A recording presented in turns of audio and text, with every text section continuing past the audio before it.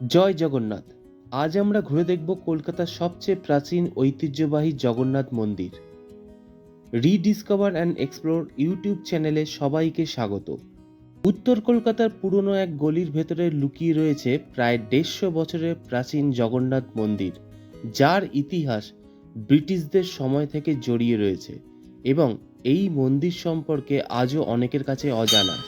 বলা যেতে পারে এই মন্দিরটি একটি গুপ্ত রত্ন।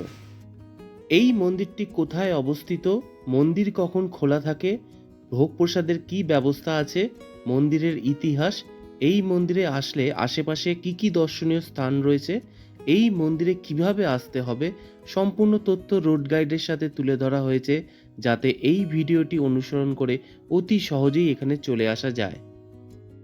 উত্তর কলকাতার অলিতে গলিতে রয়েছে একাধিক প্রাচীন ঐতিহ্যবাহী মন্দির এবং মন্দিরের সঙ্গে জড়িয়ে রয়েছে জানা অজানা নানান ইতিহাস। তবে আজ আমরা এক্সপ্লোর করতে চলেছি কলকাতার সবচেয়ে প্রাচীন জগন্নাথ মন্দির, যেটি স্থানীয়দের কাছে জগন্নাথ বাড়ি নামে পরিচিত। নানান কারণে পুরীর জগন্নাথ ধামে গিয়ে মহাপ্রভুর দর্শন করা সম্ভব হয়ে ওঠে না। সেই ইচ্ছা পূরণ হতে চলেছে এই ভিডিওর মাধ্যমে, অর্থাৎ খাস কলকাতায় একখণ্ড শ্রীক্ষেত্রে আজ আমরা হাজির হয়েছি। মন্দিরের বাহিরের অংশে অর্থাৎ প্রধান ফটকের ঠিক উপরে রয়েছে একটি সিংহের মূর্তি। হলুদ রঙের সিংহের মূর্তিটি এবং সাদা রং করা মন্দিরের বাহিরের অংশটি। মন্দিরের মূল প্রবেশদ্বারের ঠিক উপরে জগন্নাথ মহাপ্রভু সহ বলরাম মহাপ্রভু ও মা সুভদ্রার একটি ছোট ফটো রয়েছে এবং প্রবেশদ্বারের দুই দিকে দুই পাশে মহাদেব ও শ্রীকৃষ্ণ রাধারানীর ফটো রয়েছে। এখন আমরা মন্দিরের ভেতরে প্রবেশ করব। মন্দিরে প্রবেশ করার সাথে সাথে মনে হবে মন্দিরের চারিপাশে এক অদ্ভুত শান্তি বিরাজ করছে এবং সবুজ ঘেরা নানান ধরনের গাছ রয়েছে। কিন্তু অবাক করা বিষয় হলো এই প্রাচীন মন্দির সম্পর্কে আজও অনেকের কাছে অজানা। তাই তো এই মন্দিরটিকে উত্তর কলকাতার হিডেন জেম বানিয়েছে। মন্দিরটি আয়তনে খুব বেশি বড় না হলেও মন্দির প্রাঙ্গণের সামনে ছোট উঠান রয়েছে এবং সামনের দিকে এগোলে 3 ধাপ সিঁড়ি পেরিয়ে মূল মন্দিরের গর্ভগৃহ এবং গর্ভগৃহে অধিষ্ঠিত স্বয়ং মহাপ্রভু জগন্নাথ দেব। মন্দিরটি পূর্বমুখী অলিন্দযুক্ত সমতল ছাদ বিশিষ্ট একটি দালান শৈলীর মন্দির। এই দালান শৈলীতে নির্মিত মন্দিরের স্থাপত্যের ভার বহন করে চলেছে মোট 8টি স্তম্ভ। মূল মন্দির এবং ঠাকুর দালানটি সাদা ও সবুজ রং দ্বারা শোভিত। কড়িবর্গা দ্বারা নির্মিত ঠাকুর দালানের উপরের অংশটি। অপূর্ব সুন্দর এই ঠাকুর দালানটি। এই মন্দিরের বিশেষত্ব হল মন্দিরের গর্ভগৃহে অধিষ্ঠিত মহাপ্রভু জগন্নাথ দেব একাই পূজিত হন এবং জগন্নাথ দেবের পাশাপাশি রাধাকৃষ্ণ, নারায়ণ, মহাদেব এবং মা মঙ্গলচণ্ডী পূজিত হন। পেছনে রয়েছে রাধাকান্ত, রাধা মাধব, সামনে রাধাকান্ত, কালাচাঁদ, গোপাল, আর তার পেছনে যে মূর্তি বিষ্ণু মূর্তি। মহাপ্রভু জগন্নাথ দেবের সিংহাসনটি অপূর্ব সুন্দর। জগন্নাথ দেবের গর্ভগৃহের উপরের অংশটি কড়িবর্গা দ্বারা নির্মিত। উত্তর কলকাতার এই বাড়ির ভিটেতেই নির্মিত জগন্নাথ দেবের মন্দিরটি। স্থানীয় মানুষদের কাছে এটি শুধু ধর্মীয় স্থান নয়, বরং আবেগ ও ঐতিহ্যের প্রতীক। জগন্নাথ মহাপ্রভুর নিত্য পুজো ছাড়াও এই মন্দিরে স্নানযাত্রা, জন্মাষ্টমী, রথযাত্রা, ঝুলন যাত্রার দিনে বিশেষ পুজোর আয়োজন করা হয় এবং এই সব দিনে ভোগ প্রসাদ বিতরণ করা হয় ভক্তগণের উদ্দেশ্যে। মন্দিরটি সকাল 6টা থেকে দুপুর 12:30, এরপর বিকেল 4টে থেকে রাত্রি 8:30 পর্যন্ত খোলা থাকে। মন্দিরটির ইতিহাস সম্পর্কে জানা যায় মন্দিরটি 1800 শতকের মাঝের দিকে নির্মিত। সেই সময় কলকাতা ছিল ব্রিটিশ ভারতের গুরুত্বপূর্ণ কেন্দ্র। এই বাড়ির পরিবারেরই একজন মন্দিরটি প্রতিষ্ঠা করেন। মন্দিরের সিঁড়ি দিয়ে উঠে ঠাকুর দালানের শুরুতেই লক্ষ্য করা যাবে ফলকে লেখা রয়েছে শ্রীমতী মনমোহিনী দাসী সন 1292 সাল 8ই অঘ্রাণ, অর্থাৎ আজ থেকে 141 বছর পূর্বে এই ফলকটি নির্মিত। তবে মন্দিরটি প্রাচীন হওয়াতে লেখাগুলি অস্পষ্ট হয়ে এসেছে। আজ আমরা জানলাম উত্তর কলকাতায় প্রায় 150 বছরের প্রাচীন এই জগন্নাথ মন্দিরের ইতিহাস ও গুরুত্ব। এখন আমরা জেনে নিই এই মন্দিরটি কোথায় অবস্থিত, কিভাবে আসতে হবে এবং এখানে আসলে আশেপাশে আর কি কি দর্শনীয় স্থান রয়েছে। এই জগন্নাথ বাড়িটি উত্তর কলকাতার 91A সিমলা স্ট্রিটের উপরেই অবস্থিত, ঠিক বিবেকানন্দের বাড়ির পিছন দিকে। এই মন্দিরে আসার জন্য মেট্রো, বাস, ট্রাম পরিষেবা রয়েছে। বাস অথবা ট্রামে করে আসলে সেক্ষেত্রে বিবেকানন্দ রোডগামী যে কোনো বাস অথবা ট্রামে করে বিবেকানন্দ রোডে নামতে হবে। সেখান থেকে মিনিট 2 হাঁটা পথে এই মন্দিরের সামনে চলে আসা যায়। আর মেট্রো করে আসলে কাছের মেট্রো স্টেশন হলো Girish park. Girish park metro স্টেশনের 3 নম্বর গেট থেকে বেরিয়ে 10 মিনিট হাঁটা পথে এই মন্দিরের সামনে চলে আসা যায়। এখন আমরা গিরিশ পার্ক মোড়ে দাঁড়িয়ে আছি। ডান দিকে সোজা ধর্মতলা চলে যাচ্ছে, আর এই সামনের মোড় থেকে সোজা চলে যাচ্ছে বিবেকানন্দ রোডের দিকে। আমরা সোজা রাস্তার দিকে যাব। এখান থেকে কিছুটা এগোলেই সামনেই পড়বে সিমলা স্ট্রিট। বাঁ দিকের এই গলিটায় সোজা জগন্নাথ মন্দিরের দিকে যাচ্ছে। এই সিমলা স্ট্রিট থেকে বাঁ দিকে ঘুরলেই জগন্নাথ মন্দিরটি কাছে পড়ে। এখান থেকে হেঁটে 1 মিনিট সময় লাগে। তবে অনেকের বোঝার সুবিধার্থে আমরা এই বিবেকানন্দ রোড হয়ে যাব।